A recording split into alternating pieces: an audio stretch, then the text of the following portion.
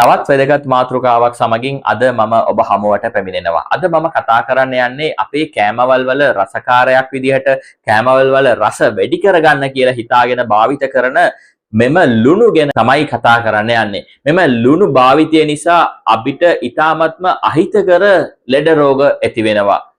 මේක වළක්ව ගන්නේ කොහොමද? අපි කොච්චර ප්‍රමාණයක් ලුණු භාවිත කරන්න ඕනද? මෙවන් තොරතුරු කතා කරන තමයි අද මම සූදානම් වන්නේ. දිගටම අපගේ වීඩියෝ සමග රැඳී සිටින්න. මම ඩොක්ටර් අන්ෆාස් ෆාරොක්. අපගේ ඩොක්ටර් අන්ෆාස් ෆාරොක් සිංහල YouTube channel එක subscribe කරලා නැත්නම් අදම subscribe කරලා bell icon එකත් click කරගන්න.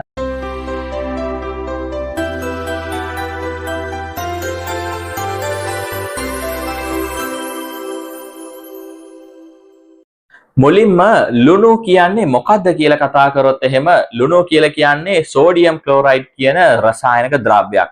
එතකොට අපි කියන විදිහට මෙම සෝඩියම් ක්ලෝරයිඩ් කියන දේ භයානක දෙයක්ද? නෑ. ඒක අපේ ඇඟේ ක්‍රියාකාරකම් වලට බොහෝ ක්‍රියාකාරකම් වලට උදව් කරන රසායනික ද්‍රව්‍යයක්. එතකොට මෙම රසායනික ද්‍රව්‍ය අපි අවශ්‍ය ප්‍රමාණයටත් වඩා වැඩිපුර භාවිත කරද්දි තමයි මේක පිළිකාකාරයක් විදිහට ලෙඩ රෝග ඇති කරන මාරාන්තික ලෙඩ රෝග ඇති කරන රසායනික ද්‍රව්‍යයක් විදිහට පත් වෙන්නේ. උදාහරණයක් ගත්තොත් එහෙම අපේ ඇඟේ ෆ්ලුයිඩ් බැලන්ස් එක, ඒ කියන්නේ අපේ ඇඟේ බ්ලඩ් ප්‍රෙෂර් එක මේන්ටේන් කරන්න මෙම සෝඩියම් ක්ලෝරයිඩ් එක උදව් කරනවා. අපේ නර්ව් කන්ඩක්ෂන් එක, ඒ කියන්නේ නහරවල් වල කන්ඩක්ෂන් එක තොරතුරු හුවමාරු කිරීමට මෙම සෝඩියම් ක්ලෝරයිඩ් එක, ඒ කියන්නේ මෙම ලුණු කියන එක උදව් කරනවා. ඒ වගේම තමයි අපේ මසල් කන්ට්‍රැක්ෂන් එක, මසල්ස් ටික හරියට වැඩ කරන්න මෙම සෝඩියම් ක්ලෝරයිඩ් කියන දේ ඉතාමත්ම අත්‍යවශ්‍ය දෙයක්.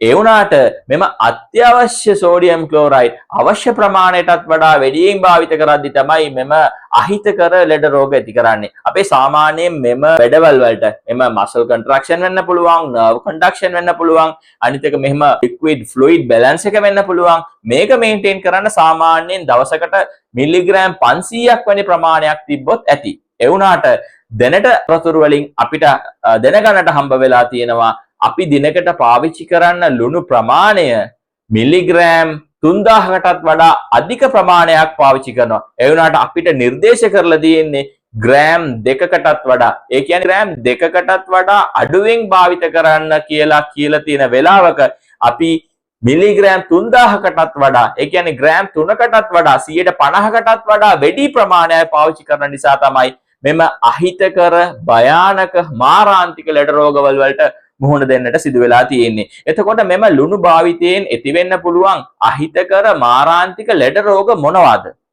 උදාහරණයක් ගත්තොත් එහෙම මෙම සෝඩියම් ක්ලෝරයිඩ් එකෙන් කරන්නේ මම කලින් කිව්වා වගේ ෆ්ලුයිඩ් බැලන්ස් එක, ලික්විඩ් බැලන්ස් එක. ඒකට මේ බැලන්ස් එක කියලා කියන්නේ අපේ ලේ නහරවල වල මෙම සෝඩියම් ක්ලෝරයිඩ් තියෙන නිසා ඒකෙන් වතුර උරාගෙන වතුර එකතු කරගෙන ඒකෙන් තමයි බ්ලඩ් ප්‍රෙෂර් එක මේන්ටේන් වෙන්නේ. ඒතර අධික ප්‍රමාණයක් මෙව සෝඩියම් ක්ලෝරයිඩ් අපේ ලේ වල අපේ ෆ්ලුයිඩ් වල තියෙනකොට එකතු වෙන ෆ්ලුයිඩ් ප්‍රමාණය වැඩි වෙන නිසා එතන ප්‍රෙෂර් එකක් වැඩි වෙනවා.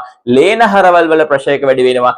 ඒ ප්‍රෙෂර් එක ඩිරෙක්ට්ලි heart එකට එෆෙක්ට් කරන නිසා heart සම්බන්ධයෙන් ඉතාමත්ම භයානක ප්‍රශ්න ඇති වෙන්න පුළුවන්. heart attack එකක් වෙන්න පුළුවන්. heart වැඩ කරන එකේ heart failure එකක් වෙන්න පුළුවන්. මේ වගේ heart සම්බන්ධයෙන් ඉතාමත්ම භයානක තත්ත්වයන් උදා වෙන්නට අවස්ථාවල් උදා වෙනවා.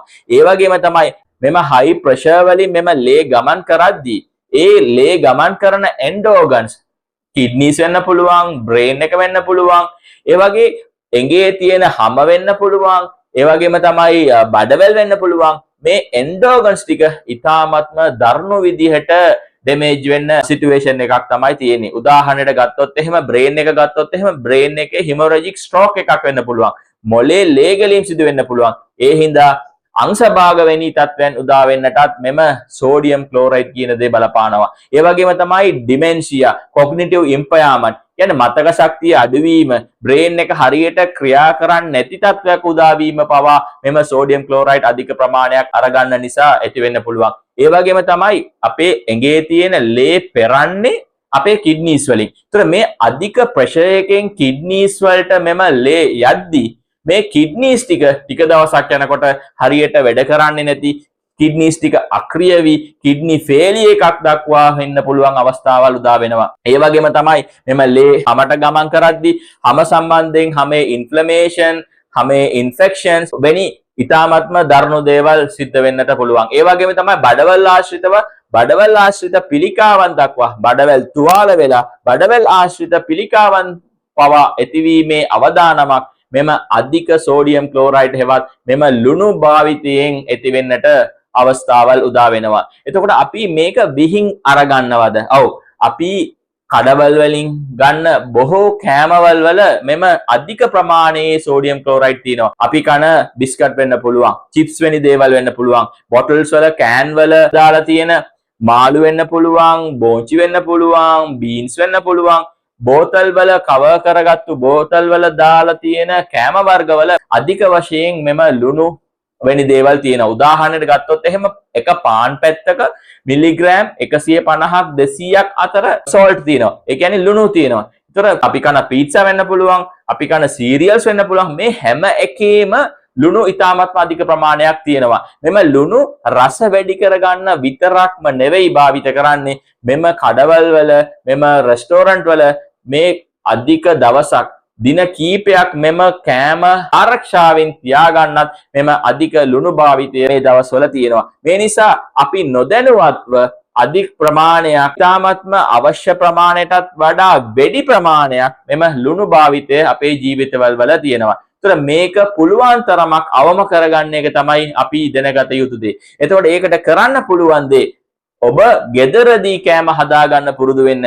කඩ කෑම කන ප්‍රමාණය පුළුවන් තරමක් අඩු කරගන්න. ගෙදරදී ඔබ දන්නවා, ඔබ දාන ලුණු ප්‍රමාණය දන්නවා. දවසින් දවස මෙම ලෙඩ රෝග ඇති වෙනවයි කියලා හිතාගෙන ඒක දැනුවත්ව තියෙන නිසා ඔබ භාවිත කරන ලුණු ප්‍රමාණය ඔබට අඩුවෙන් දාන්න පුළුවන්.